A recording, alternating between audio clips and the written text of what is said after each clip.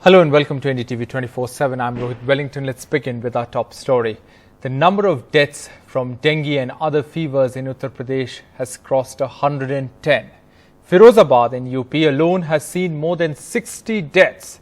There are desperate scenes outside the government-run hospital in Firozabad. A girl flung herself before the vehicle of a senior government official begging for the treatment of her sister. "Sir, please sir, do something or she will die," she pleaded before the official. Saurabh Shukla gets us this story.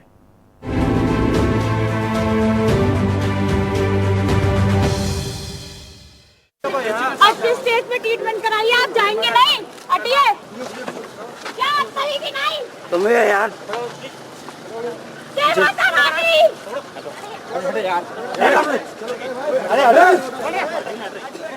Dragged out from under the divisional commissioner's car, 20-year-old Nikita is out of her mind with grief.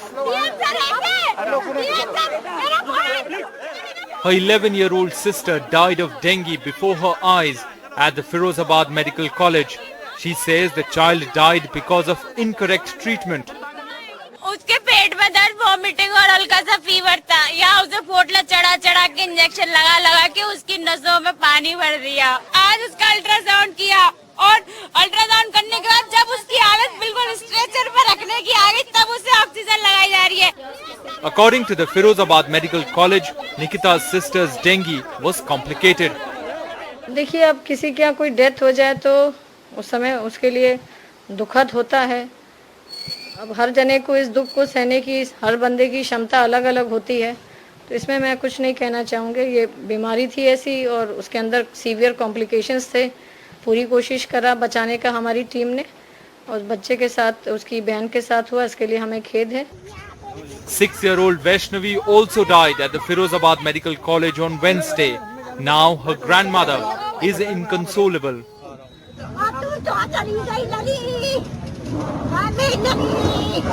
नहीं लगे थे, दवाई में दिलाई और फिर इलाज किया था, अच्छी इलाज की। Every day children are dying of dengue in Firozabad, and the UP government's claims of proper health care sound unbelievable before such grief. The advertisement of UP government is here at Delhi. You can see it's everywhere in Delhi apart from UP. But in the ground at Firozabad, every day several children are dying. Medical facilities are not improving. From last 1 month, more than 62 children have died only in Firozabad. With Jitendra Keshav in New Delhi, Saurabh Shukla for NDTV. Meanwhile, just about 100 kilometers away in Uttar Pradesh's Aligarh, Prime Minister Modi praised the work of UP Chief Minister. He also laid the foundation stone of a university named after a Jat king. Sanket Upadhyay reports.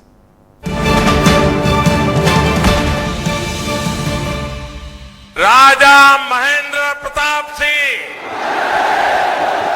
Modi's Jat outreach in western Uttar Pradesh.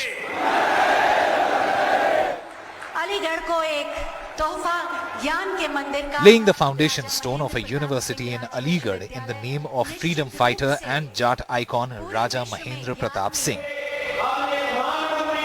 The Prime Minister praised Chief Minister Adityanath, who face elections in a few months. However, neither mentioned the deaths of children in Firozabad, just a little over 100 kilometers from here. UP की बदलती कार्यशैली का एक बहुत बड़ा प्रमाण है। सबको वैक्सीन, मुफ्त वैक्सीन अभियान। The Prime Minister avoided the mention of Mahendra Pratap Singh's caste, but that hasn't stopped local BJP leaders from drawing the connection. Jat vote कभी बीजेपी से नहीं हटा। भारतीय जनता पार्टी में जब जाटों का ही मामला आ रहा है, भारतीय जनता पार्टी जातिवाद की राजनीति नहीं करती।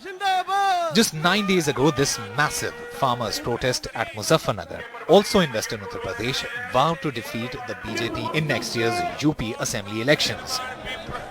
So could this be an act of Jat appeasement ahead of polls?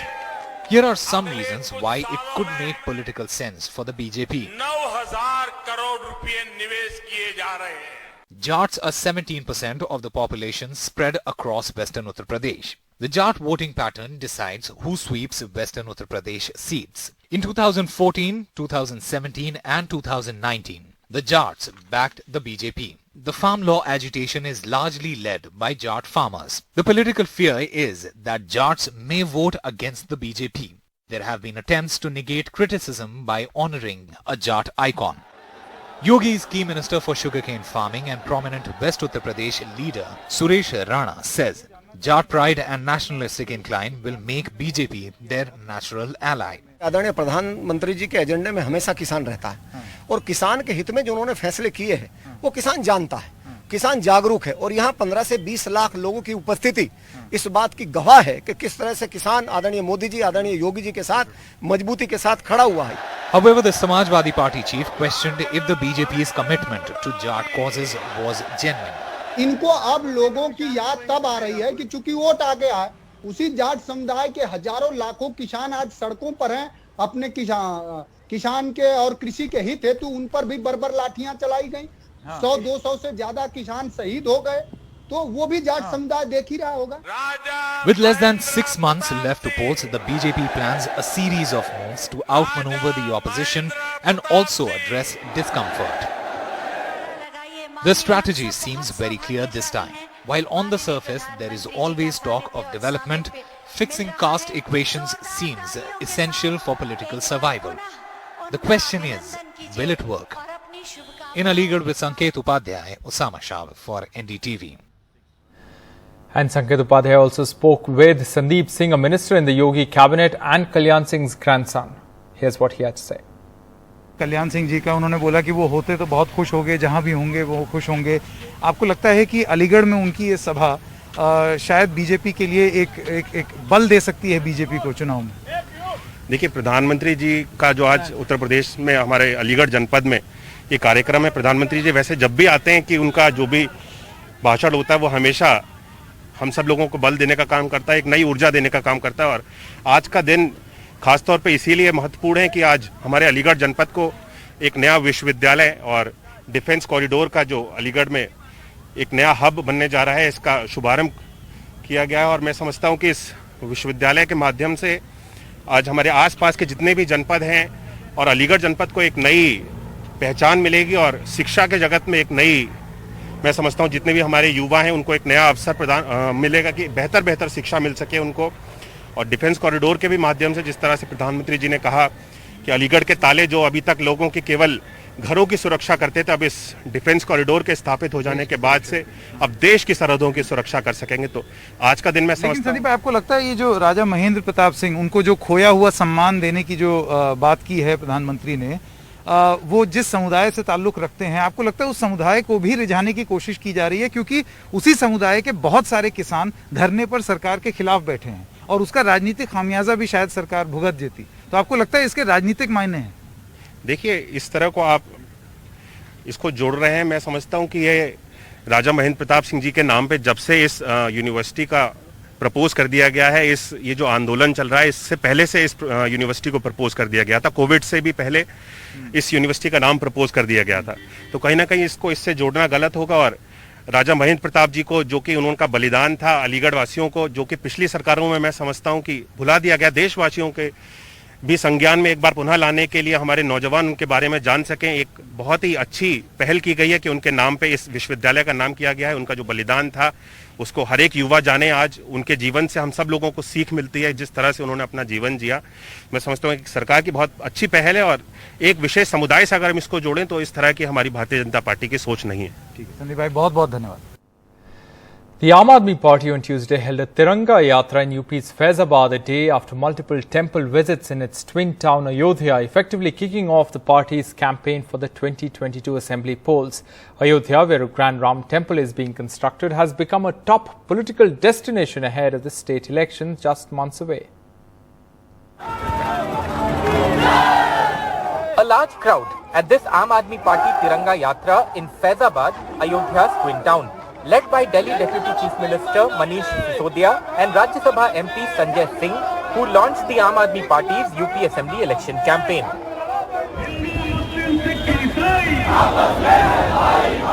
While AAP has contested Lok Sabha polls in UP earlier, this is the first assembly election for the party in the state.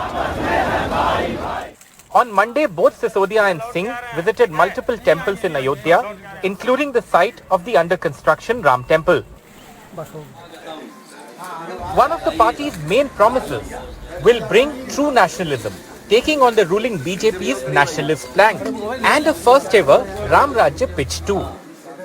बहुत सौभाग्य से हमें अवसर मिला कि हम जाके राम जन्मभूमि पे रामलला दर्शन करें। कल रामलला के सामने यही अर्जी लगाई कि उत्तर प्रदेश में आम आदमी पार्टी को सरकार बनाने का अवसर दें। However, earlier election outings in UP saw big defeats for AAP leaders.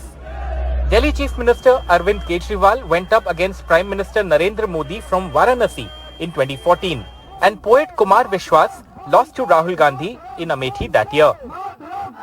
Uttar Pradesh is India's most populous state, and politics here is a complex mix of caste and of religion. With many established players already in the electoral fray here, it remains to be seen what a party like the Aam Aadmi Party can achieve in this upcoming state election.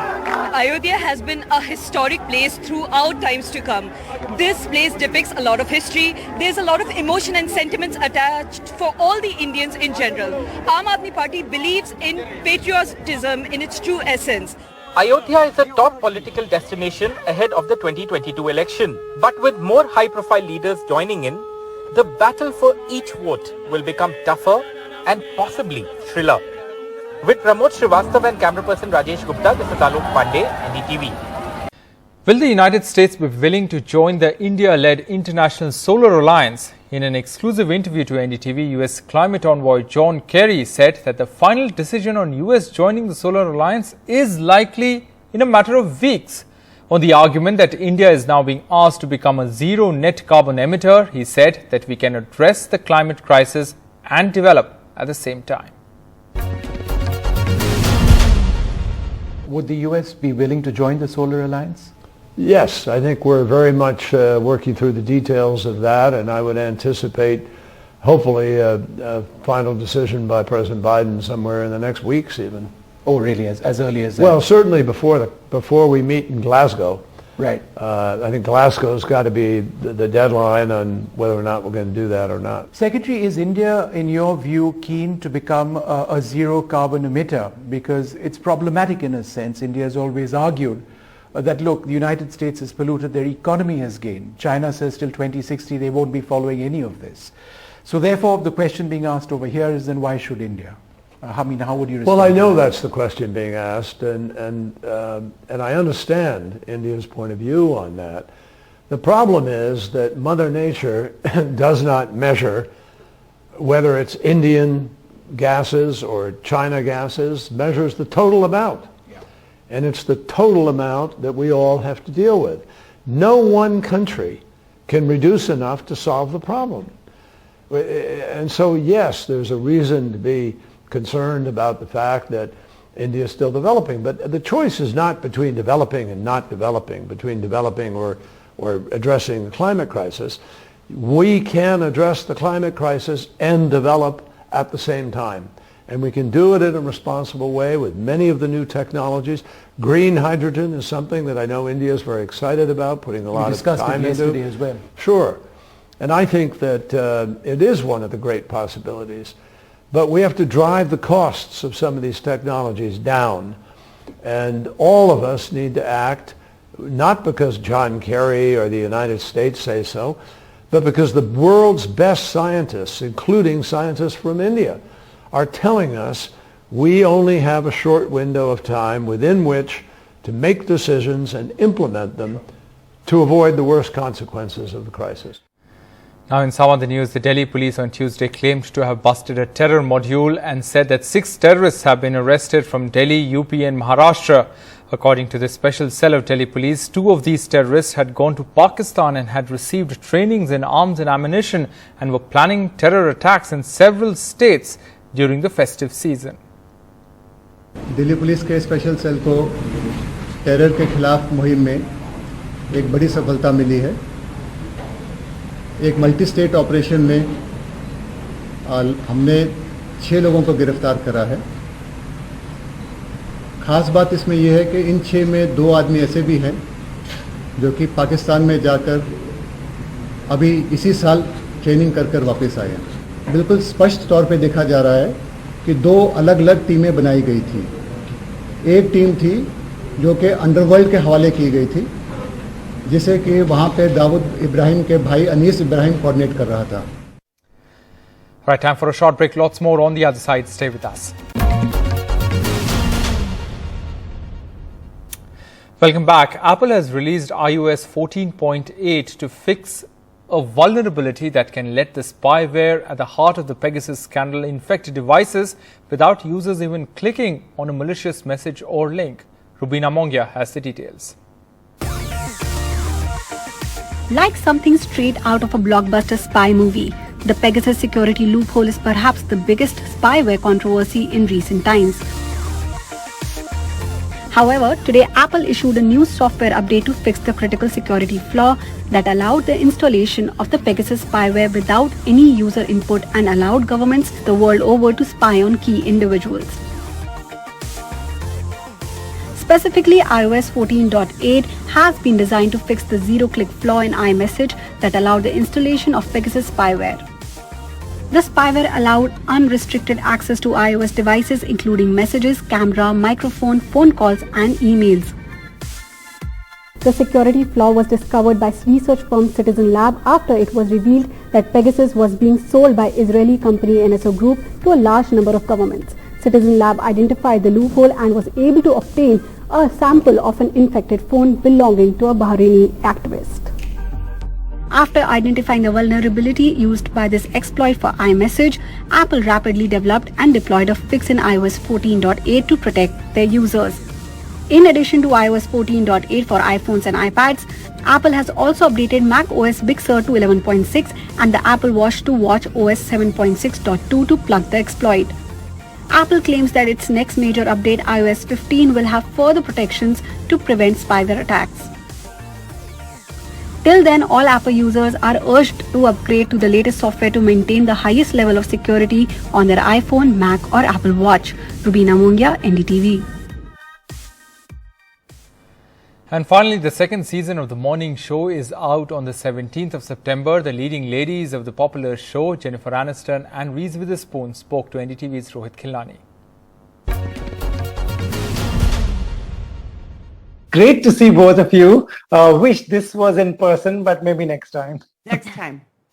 Right. This is going to go on our breakfast news show as well. For everyone in the studio and everywhere watching, can we safely say that after doing 2 seasons, you both have a fair share of understanding of how this morning news works? I think fair share. Yeah, I'd say so. Yep. Right. And you know, if you guys were morning show anchors for a morning news, what would be the most difficult part for you? Waking up. Waking up. Okay. It's the easiest part for me to answer. Well, me, probably reading the teleprompter really fast. Yeah. I was going to ask, who out of the two of you, according to both of you, would make a better news reader? I don't know. Jen has a great newscaster voice. You do too. You do too. I've been working on it, babe. It's so good. But that's also apropos for your character because she hadn't been doing what I'd been doing for as long as I had. So it was perfect.